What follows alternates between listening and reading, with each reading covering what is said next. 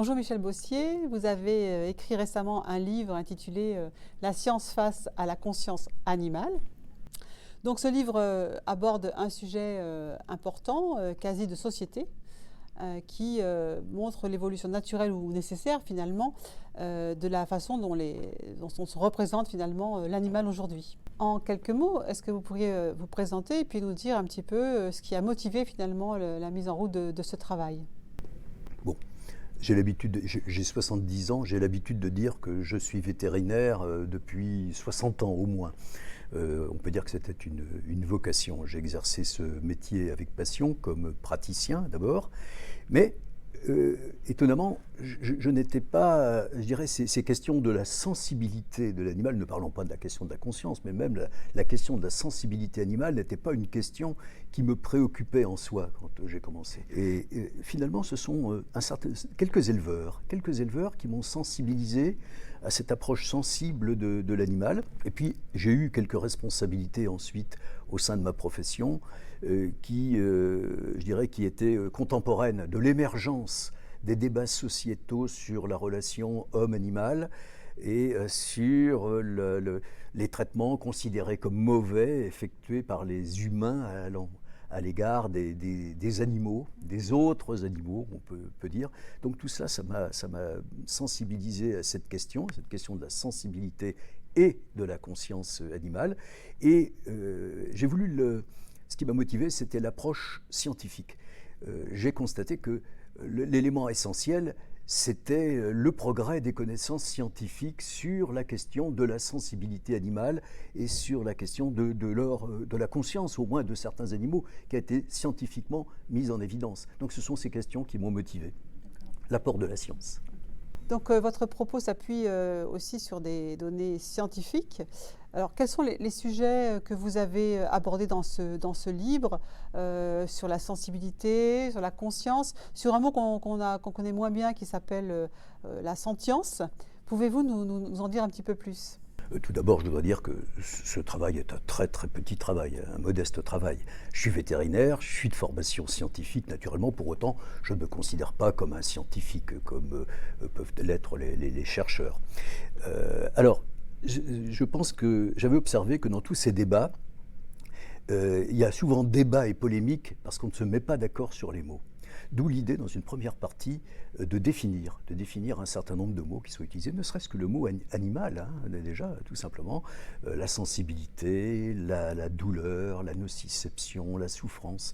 J'ai voulu qu'on définisse, qu'on se mette d'accord sur les termes, et j'ai même employé, comme vous venez de poser la question, le mot sentience, on pourra y revenir. Donc j'ai voulu d'abord, dans ce livre, définir les mots. Ensuite, j'ai voulu voir un peu quelle était l'évolution des idées historiquement, et puis l'évolution, l'état des lieux de la science, l'évolution finalement des connaissances scientifiques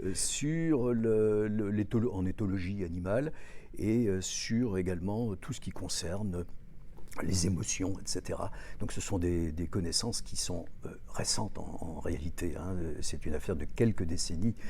On s'intéresse à l'animal. Les scientifiques s'intéressent à l'animal depuis longtemps. Claude Bernard s'intéressait à l'animal, mais il l'utilisait comme un objet. Ce n'était pas en tant que sujet, c'était en tant qu'objet au service de l'homme. Jusqu'à maintenant, on s'est intéressé à l'animal pour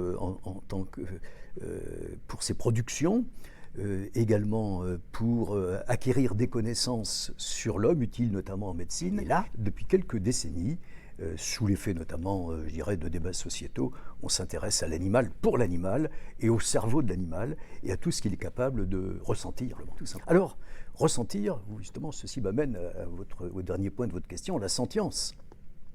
Bon, la sentience, c'est un mot que les Français n'aiment pas beaucoup, même s'il était, pourtant, il est assez ancien, il était utilisé, sur les Anglais qui l'ont réutilisé, et on peut dire que c'est une sorte, globalement, d'amalgame entre sensibilité et conscience, parce que, notamment, si on parle de sensibilité douloureuse, on sait bien qu'il n'y a pas de notion de douleur sans conscience. Hein, dès lors qu'on parle de douleur, il y a forcément une composante, il y a plus que de la nociception, il y a une composante émotionnelle et souvent une composante cognitive. Donc le mot sentience, qui a été finalement réutilisé par les anglophones. Alors, il est parfois évoqué, on parle de sentient, mais c'est mal traduit. Souvent, quand on le traduit en français, on le traduit par sensible au lieu de le traduire par sentient. C'est-à-dire qu'on ampute le mot sentient d'une partie de sa signification. Alors, finalement, peut-être est-il le plus simple de parler de sensibilité et de conscience. Tous les Français comprennent. De toutes ces réflexions que vous avez menées, est-ce que vous pensez que votre livre ou votre niveau de réflexion peut avoir un impact sur la pratique vétérinaire?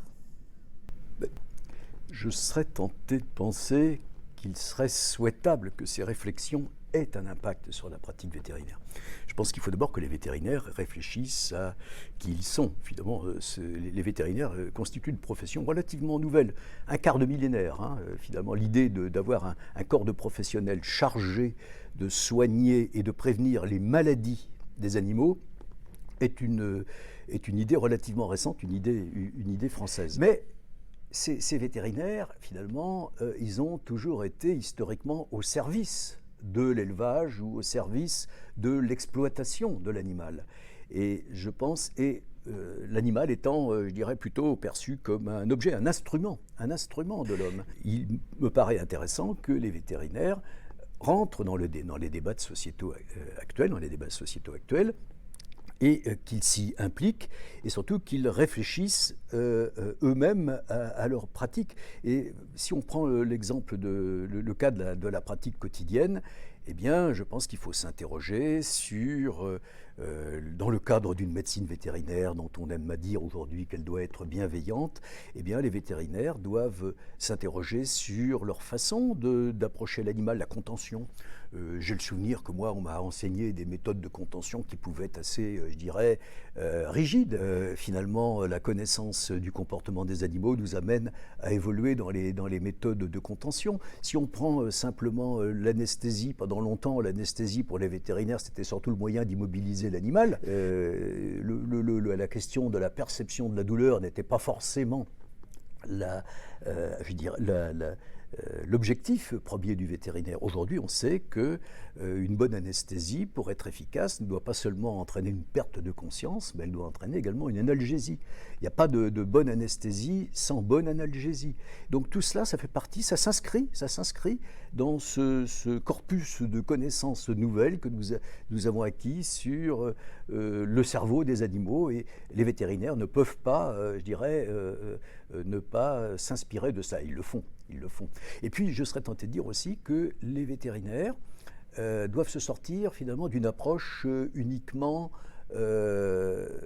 curative et préventive de la maladie ou des blessures. Il faut la santé animale, c'est pas seulement une affaire de lutte contre les maladies, c'est quelque chose de beaucoup plus global, qui englobe, disons, la santé est englobée dans le bien-être animal. Voilà. Il faut avoir une vision beaucoup plus large du bien-être animal, qui effectivement comprend l'absence de santé, l'absence de maladies et de blessures, mais qui comprend bien au-delà de cela. Et le vétérinaire est un de ces professionnels qui peut être un expert, un véritable expert du bien-être animal, s'il veut s'en donner un tant soit peu les moyens, d'autant qu'aujourd'hui, son enseignement le lui permet, et je dirais les diverses modifications qui sont intervenues dans la formation initiale des vétérinaires aujourd'hui leur permet précisément d'être de bons experts du bien-être animal. Écoutez Michel, merci pour cet échange sur ce livre qui finalement est assez facile à lire et qui apporte vraiment une évolution sur ces questions de la représentation finalement de la conscience animale. Donc on vous invite tous à lire ce livre.